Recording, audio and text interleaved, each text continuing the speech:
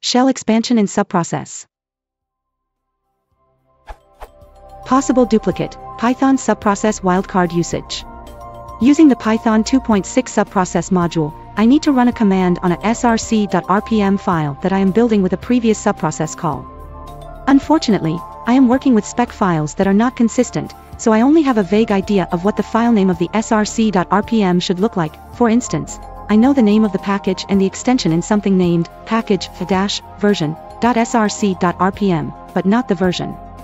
I do know, however, that I will only have one src.rpm file in the directory that I am looking, so I can call mock with a command like mock options ***src.rpm and have it work in shell, but subprocess doesn't seem to want to accept the expansion. I've tried using shell equals true as an argument to subprocess.call, but even if it worked I would rather avoid it.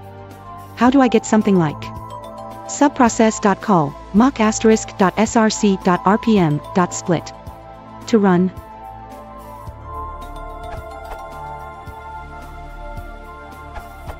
Use the glob package.